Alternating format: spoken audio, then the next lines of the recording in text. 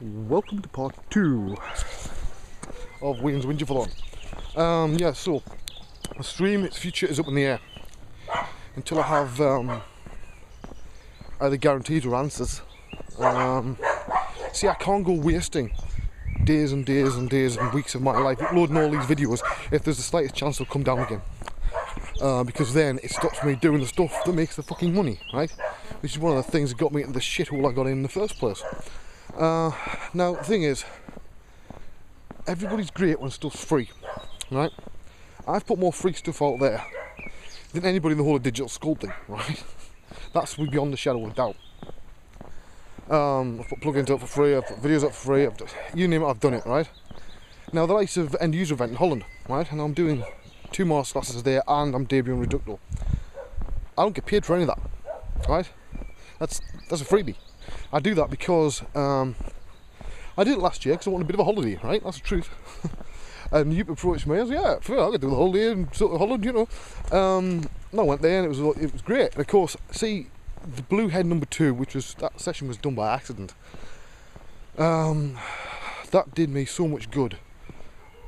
On a respect level, before this, I didn't have any respect in the digital sculpting community, a lot of them. Because they thought I was a bullshit merchant, that I was basically saying I was doing this far faster than I was. Seems a million lifetimes ago. That proved in one fell swoop, yeah, actually I can do what I say.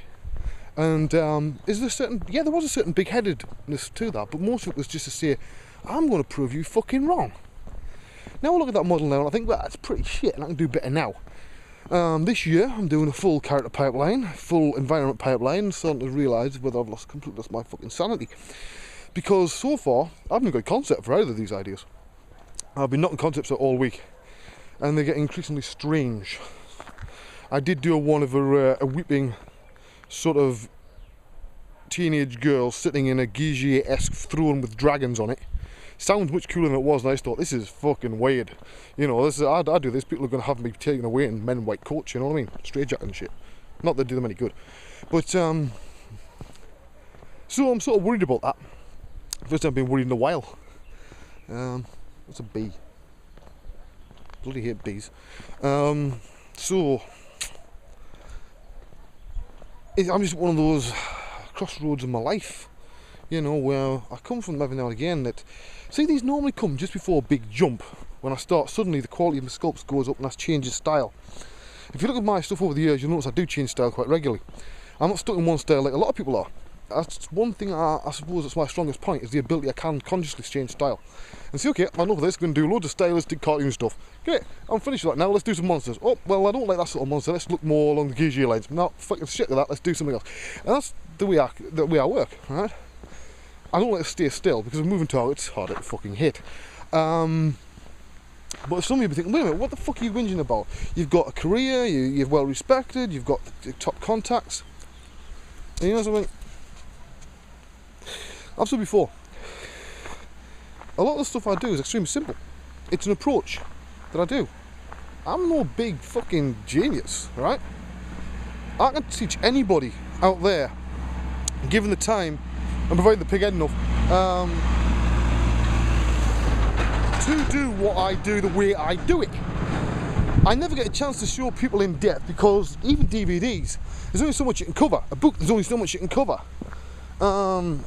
Sort of a dedicated course in person, you know, there's not a whole lot you can actually fucking do, but I could theoretically show anybody how to do what I do. I haven't got a whole lot of talent. You know, I'm talented in a way, yeah, I suppose, but I'm not the most talented dude on the planet. I think that's what fucks with people's heads, because I don't just come up with this, yeah, I'm fucking excellent, I'm amazing, look at all this cool shit I've done. No, right, I don't do it for you, I don't do it for anybody, do it for me. This keeps my brain in order, right? Keeps depression at bay, keeps my bipolar under control. That's why I do it, right? That's the big secret. That's the elephant in the fucking room, right? I think some people have realised, other people haven't, that I couldn't care less, to be honest, whether a sculpt is the best ever or the worst, as long as I think it's good. Now, another problem I'm hitting as I get further on in my career, it's getting harder and harder to get a good critique of my work. Now, this is not, I just mean somebody saying, this is shit because I'm better than you. That's not a critique, that's just ego, right? What I mean is detailed, you know, criticism. Because now, like it or not, I do have a fair bit of power in the industry. I've done a number of things that have changed the way we work over the last, I suppose, 5-7 years, right? Some of the stuff I've came up with, then other people have got a hold of it and they've passed it on. It's passed on and passed on. It's went on like that, okay? But that makes people sometimes a bit edgy about saying, you know, that's fucking shit. And sometimes you look at things and you think, that's shit. Why has nobody told me this is shit? And part of it's because of, like, fear, you know. Don't have somebody who can give you a job sort of theory, you know. And I do feel edgy about that. I'm not a big fan of that sort of thing, but neither is there any excuse for somebody to be abusive either. It's a double-edged sword, you know what I mean? You can never find a happy fucking medium. I never will, but so I normally continue as I always have, critiquing my own work, because you've always got to be careful that sometimes you'll have people that critique your work for no other good reason than to put themselves in a really good position. That's the business reality of life, right? Everybody has an agenda. Just a matter whether their agenda matches yours. That's life in general. And I think a lot of people ask, I've had to say, well, you seem more angry lately. Well, yeah, I've been in constant pain for the past 3 months, and it does, you know. Plus, I'm just getting sick of, you know, the bullshit of life, you know. If something is, you know, if I think something is a crock of shite, and I'm not on about art, I'm on about just something in life, I'll call it as such, and I do not care who I fucking huff. That's the bottom line. I couldn't care less, because I'm alone. I always have been, right? That's the reason why I do these things, right? We do a static camera move where we're going, you know, well, I'm in the middle of fucking nowhere, right? Coming near Iverson at the moment, but you get the idea. I need my time on my own. I've been approached a number of occasions for large companies. There's one recently. I've actually not got back to them because I'm thinking, well, do I actually want to move? Most people would take the right arm off. See, there's only 2 companies I would, if an offer came in, move on the spot. One is Wetter, but the main one is ILM.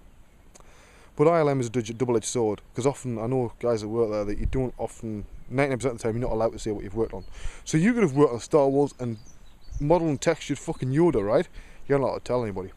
Now, that drives me crazy, because I think, well, look, if an artist has put a part of them into the art, the least they deserve is the ability, when it's all over and the dust settled, to say, you know what, I fucking did that. And that's the one thing that drives me crazy. Because whether it's James Cameron or George Lucas, nobody wants anybody to, you know, who's, if they're paying for shit, right, or in charge of it, they do not want everybody to think that all the good shit is done by somebody else. That's mutable law of the universe. They want to appear to be the big geniuses. Mostly what they are is really good managers of people. They know how to find the right people who can find the right talent who can get the job done. And that's what it's about. You know? Now I'm not getting into some big bullshit argument about, you know, directors and shit, because I couldn't care less. But hopefully you get my idea. Get another 2 minutes of this one, then I'll go to my final one. But so yeah, I'm at crossroads in life. Yeah, I went down to Staffordshire University to judge their grad X thing there. There's some talented dudes down there, you know, that are coming through. And what I was most impressed with is the first years. People just starting out, right? And their stuff, some of it, was equally as good quality, if not in some cases better, than the finals of the people who just finished the course. So there's a lot of really talented people about it come through in about next 18 months, 2-3 years, right, into 3D. A lot of really good ones, which is going to make life more interesting. Now, as I say, what do? Maybe we'll find an answer in the next video. I haven't got a fucking clue.